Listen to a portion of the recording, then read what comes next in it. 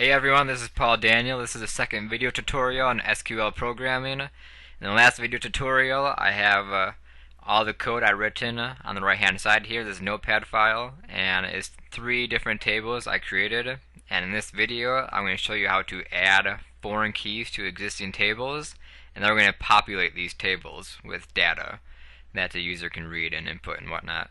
And to start off, to add a foreign key to a table, we have to alter these tables.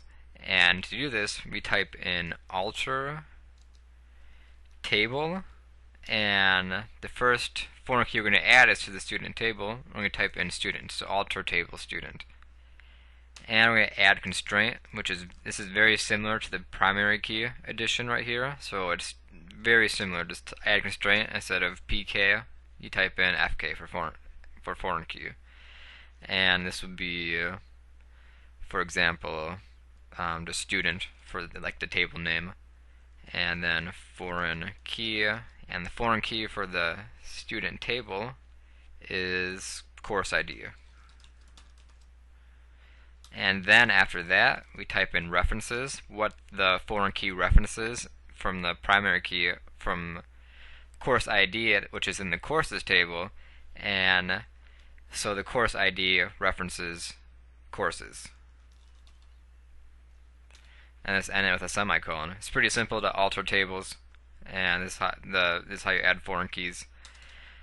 We're going to add 2 more foreign keys. This time they're both going to be in the professor table, so type in alter table professor, add constraint fk professor 1. Since we're adding 2 foreign keys, we can't have the title is the same, so I can put an _1. And then foreign key, the first one will be course ID, and this will reference the courses table. To save time, I'm going to copy this,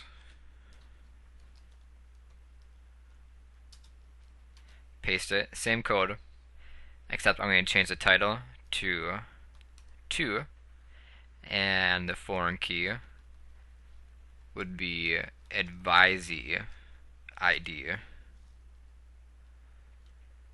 and this will reference the student table, not the courses table. And that's it for adding foreign keys. It's pretty simple, and there's 3 total for our 3 different tables. 2 of them are the same table. And to populate these tables, it's pretty simple, really. And how you do this, you type in insert into, then the desired table name. We're going to do courses, for example. And you use insert into table name. Then the second line, this is where the values will go, the data. You want to open a parenthesis, use a quote right here, and how you want to do this, you have to go in order. So the first attribute in the courses table is course ID. So the first value will be your course ID, second value, course name, third value, course number. So for our first value is course ID, which would be 123, 123, then comma, open another quote, second attribute we'll be adding will be course name, let's say database, and the quote, comma, and then the course number, so let's say 4703. And that's it for the courses table. This is what we'll enter into data. You can enter as many different values as you want. To start a new one, just type in insert into courses, then the values again.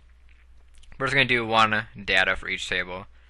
So the next table we'll be inserting into will be insert into student. Then the values for student will be, if you go back up here, it says student ID, first name, last name, phone, email, major, birthday, and course ID. So for the first one, student ID 101. Student first name, let's do Paul. Student last name, Daniel. Student phone number 941 5860557.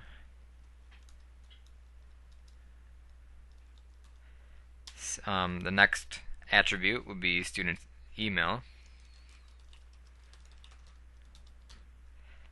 Next attribute is student major, IT.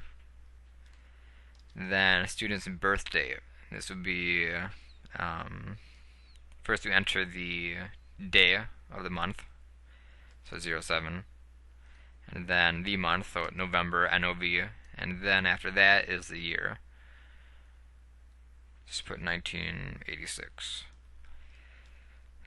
And then the final one, which was course ID, and this was 123123. This would be the database course ID. And then end that. And the final insertion would be into professor.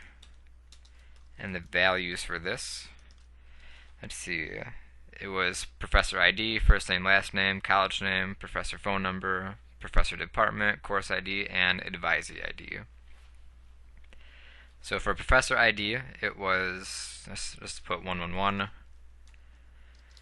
First name, John, last name, Smith, college name, USF, professor's phone number,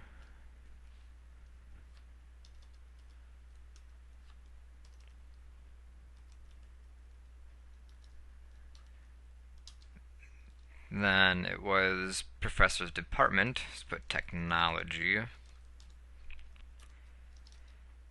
Then it was, let's see, course ID. Let's do the database course ID. And then it was advisee ID. And let's put the student number, which is 101, and end this. And this is how you populate data, the tables that you created. And I'm going to insert this into SQL for the first time. So I'm going to copy this entire thing right here, almost all of it. The table names and the foreign keys, primary keys. Paste it into SQL Plus, execute it. Let me log back in really quick.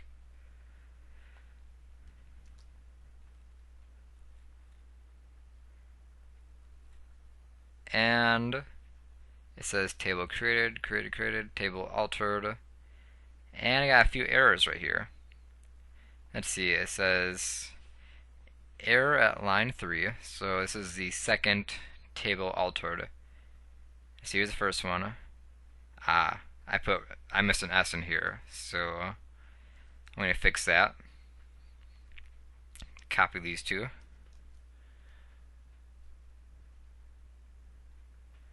Clear this. Try re-executing the alters. Sweet, that worked. Tables are altered.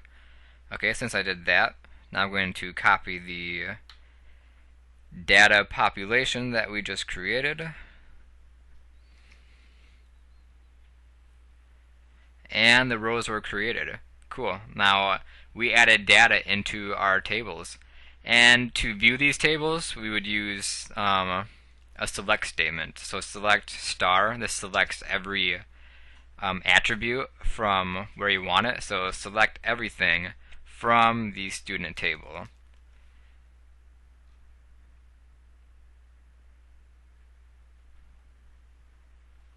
Oh, sorry, I missed the from keyword, from student. And it shows us our table right here. Student ID, first name, last name, phone, email. We can do the same thing for other tables like professor. Everything's there. And how about courses?